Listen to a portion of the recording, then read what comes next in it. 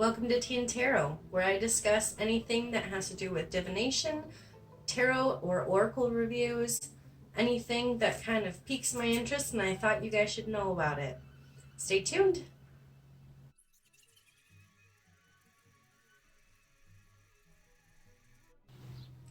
Hi, welcome to the first installment of Teen Tarot.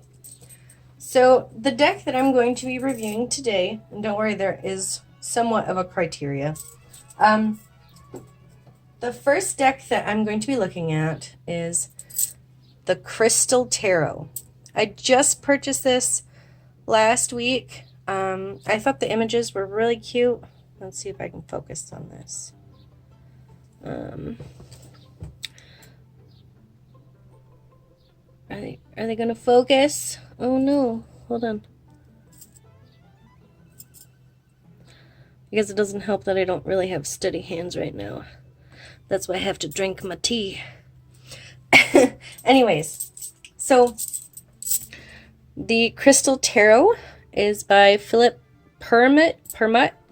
It incorporates different crystals and gems into the readings. I love that the actual box opens like this. I already took everything out, but honestly, it's a very big box. I like to be able to carry my boxes around if they actually come in like a smaller box. Otherwise, I tend to just use drawstring bags, but I feel like they can be bent. This is a very thick box, which I like, and I like the way it opens. It comes with a very thin book. Let's see if we can... I noticed that the images are very gloss, and it's one of the very few that I have seen that actually have full color images, but again, that's probably because they have to do the gemstones and everything. Very detailed images. I haven't really flipped through this because I'm kind of a seasoned reader. So one thing that I wanted to note is, first of all, the gloss. They're kind of in the middle when it comes to gloss. But I don't like the backing because I don't like being able to tell while shuffling if it is upside down or right side up. Normally you see these like reverse backings more on oracle cards because you don't have to really pay attention as much. But that is an issue for me, and it causes me to not want to use the deck. There's no pre-gilded or edged areas. I've seen a few people do them themselves. The cardstock is very, very flexible. I would be very worried about damaging these cards. So the images are really cute. Where's the video? Oh, there you go. That's better, I guess, out of focus. And then each one has their different stone incorporated with it. See, now I got to figure out how to note. See, I can tell that that's backwards. Okay, so I thought it was really cute, but my issue is, you know, although it's nice and airy and colorful, which is what I was kind of going for because a lot of my decks are very dark, and I wanted something that kind of looked like, you know, I could show people what to expect because I teach people how to read cards also, but more of an intuitive type of thing. So this is why I don't really like this deck. It's really cute, and I wish I could love it. But when you're trying to teach someone how to read intuitively, you really need images that are not just 10 cups on a piece of paper. So, you know, you go with your meanings, you know, the meanings that are actually in the books, which are, you know, the traditional meanings. Did I mess this up? Okay. Sorry. I thought I messed it up for a minute, but I mean, these ones are very cute. Very whimsical, which is what I wanted, but again, Like, it's very difficult for people that are just learning the cards to be able to tell, okay, what does the 5 mean? Just by looking at the images. Because when you're reading intuitively, you also want to pick up these little tiny details that are inside the cards themselves. So that's very difficult.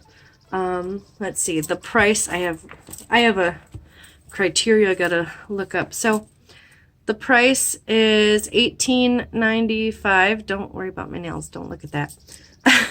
$18.95 US.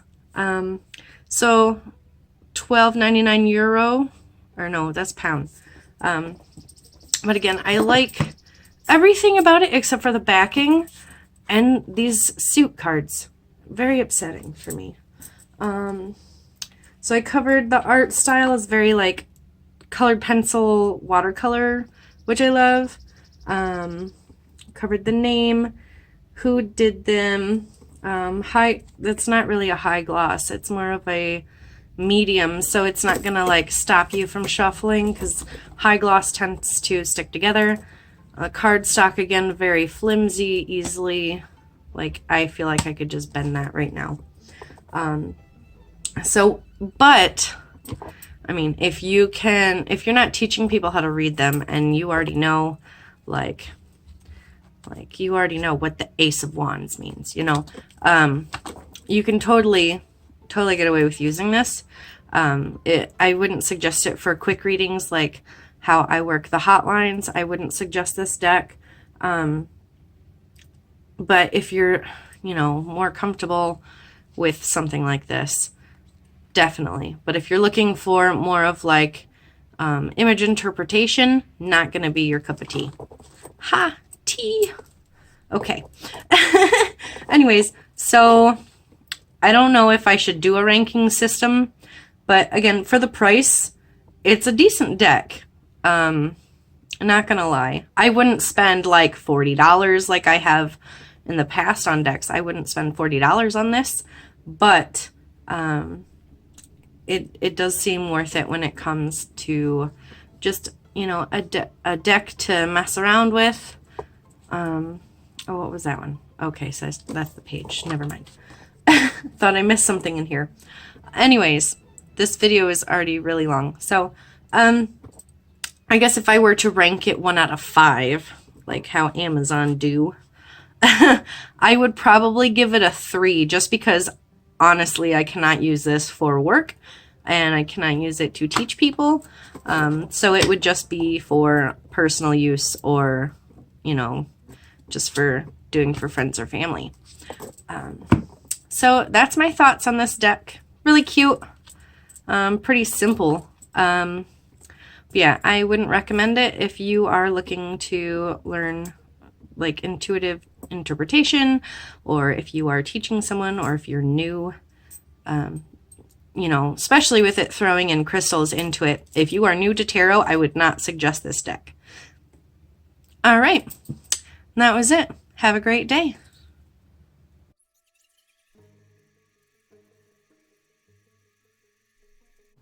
I hope you enjoyed this week's Tea and Tarot. If you have any questions or comments, please let me know. I also have my website where I do tarot readings.